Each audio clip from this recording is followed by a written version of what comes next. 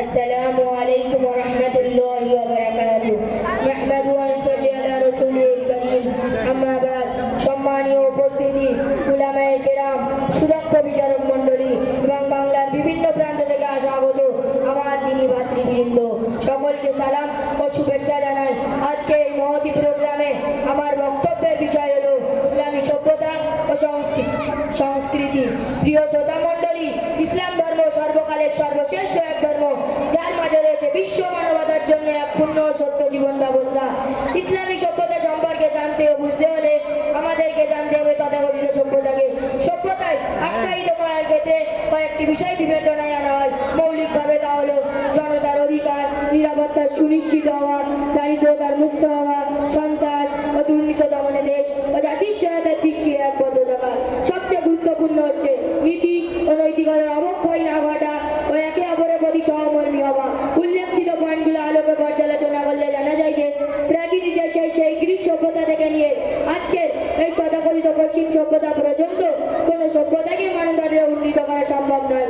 কেননা এইসব সভ্যতার তিন আকর্ষণ দিকগুলো শুধু মুভি, ওয়েব সিরিজ, বলিউড এর মাঝেই সীমাবদ্ধ।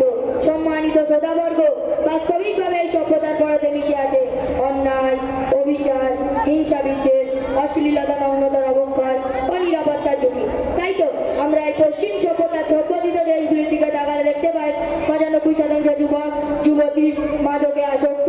প্রতি বছর 65% মানুষ অনিরাপত্তার কারণে জীবন বিলিয়ে দিচ্ছে। অপরদিকে ইসলামী সভ্যতা রোম ও পারস্য সভ্যতার নোংরামিকে দুমড়ে মুচড়ে দিয়ে এক প্রতিষ্ঠা করেছিল নীতি ও নৈতিকতার মহান সভ্যতা। আর এই ইসলামী সভ্যতাকে পৃথিবীর মানচিত্র থেকে মুছে দিতে চেয়েছিল তৎকালীন যুগের বড় শক্তি রোম ও পারস্য সভ্যতা। কিন্তু তারাই আজ ইতিহাসের অতল গহ্বরে হারিয়ে গিয়েছে। পুরানি ও ইসলামী সভ্যতা আজও তার গৌরবময় ইতিহাস নিয়ে মাথা উঁচু করে দাঁড়িয়ে আছে এবং দাঁড়িয়ে থাকবে। কারণ মহান আল্লাহ কোরআন মাজিদে বলে দিয়েছেন, ইন্না নাহনু নাযালনা যিকরা ওয়া ইন্না লাহু লাহাফিজুন। অর্থ, আমি এই কোরআনকে অবতীর্ণ করেছি এবং আমি এই কোরআনকে ইবাদত করব। শুধু সদা আর এই কোরআনী সভ্যতা পৃথিবীতে যখন পরিপূর্ণরূপে বাস্তবায়িত হয়েছিল উটের পালে রাখাল অত দুনিয়ার ন্যায় ও নীতিবান একজন শায়ক, সেই অজ্ঞতার যুগে মানুষের কথা ছিল কথায় কথায় যুদ্ধ, বিদ্রোহ, শিষ্টাচার ও সংস্কৃতির কোনো বালাই ছিল না।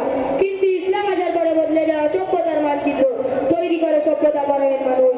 হৃদয়কে দয়াশীল, শত্রুকে মিত্র, মুশরিককে একত্ববাদ, উচ্ছৃঙ্খলকে শৃঙ্খল। সম্মানিত শ্রোতা মণ্ডলী, তবু অত্যন্ত দুঃখের সাথে বলতে হয় বিজ্ঞানের চরম উন্নতি অগ্রগতির যুগে ইসলামী সভ্যতা নাকি ব্যর্থ। পৃথিবী আজও পশ্চিম সভ্যতা ছাড়া চল। তাদের আমি গাঢ়কাণ্ডে বলে দিতে চাই, আর তোমাদের পশ্চিম সভ্যতা শেখায় লক্ষ লক্ষ মুসলিম নরনারীর উপর নির্যাতনের তৃণমূলা চালিয়ে মৃত্যুর মুখে ঠেলে দিতে। আর পুরানি সভ্যতা আমাদেরকে শেখায় মৃত মুখে পতিত গাদ্দারের মুখেও পানির পেয়ালা তুলে দিতে।